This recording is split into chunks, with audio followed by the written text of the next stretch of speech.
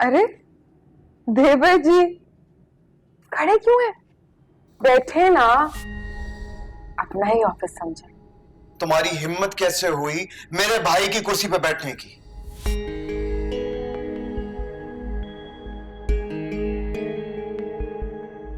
नहीं सर, मैं तुम्हारे भाई की जिंदगी में शामिल हो चुकी हूँ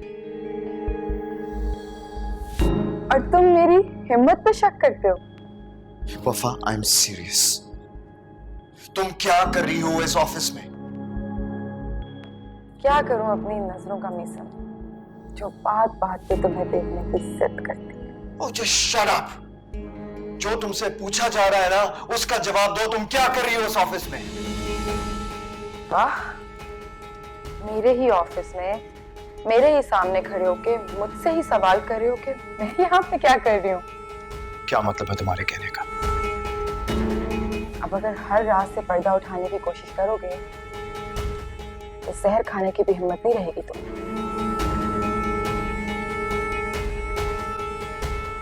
मैं अगर तुम्हें बर्दाश्त कर रहा हूं ना, तो सिर्फ और सिर्फ आसिफ भाई की वजह से।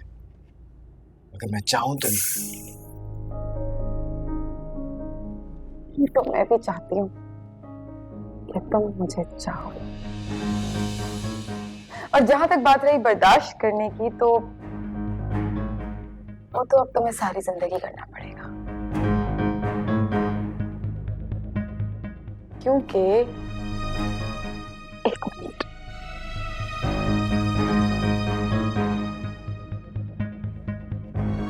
%50 की शेयर होल्डर हूं अब मैं इस कंपनी में।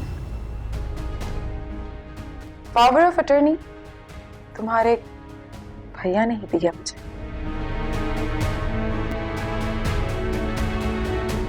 संभाल के रखने को कहा था उन्होंने। What?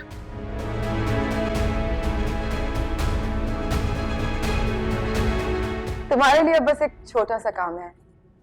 बोर्ड मीटिंग कॉल करोगे और सबके सामने उनकी नई बॉस को इंट्रोड्यूस करोगे। तुम्हारी सोच है,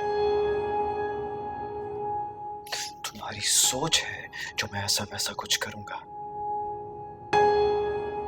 तुम्हारी ये गलतफहमी भी अभी दूर कर देती हूँ। Just a minute. हाँ, एक मिनट।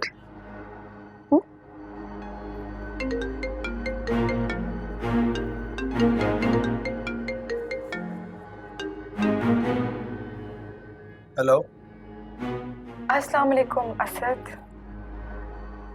जी। जी सब ठीक है ऑफिस में, बस वो देवर जी मीसम आ गए हैं और उन्हें पता चल गया है कि 50% की शेयर होल्डर बन गई हूँ मैं, तो बहुत जिद कर रहे हैं कि सबको बताना है, सबको बताना है। मीटिंग भी कॉल करती है।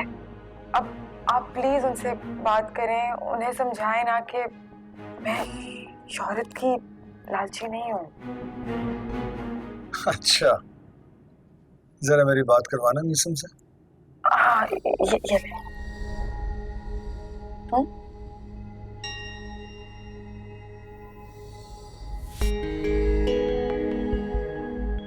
जी असद भाई। मीसम, तुम जो भी कर रहे हो बिल्कुल ठीक कर रहे हो। कंपनी की 50% पार्टनर समझ कर नहीं, बल्कि अपनी बड़ी भाभी समझ कर इंटरव्यूज कराना। जी ठीक है, बाय।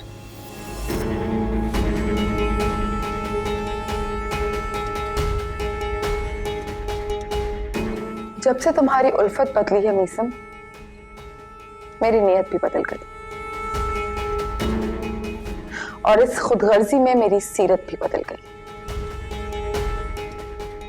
और मेरी मोहब्बत का गुनाह मेरे ही सर पे डाल के तुम समझते हो कि हकीकत बदल गई।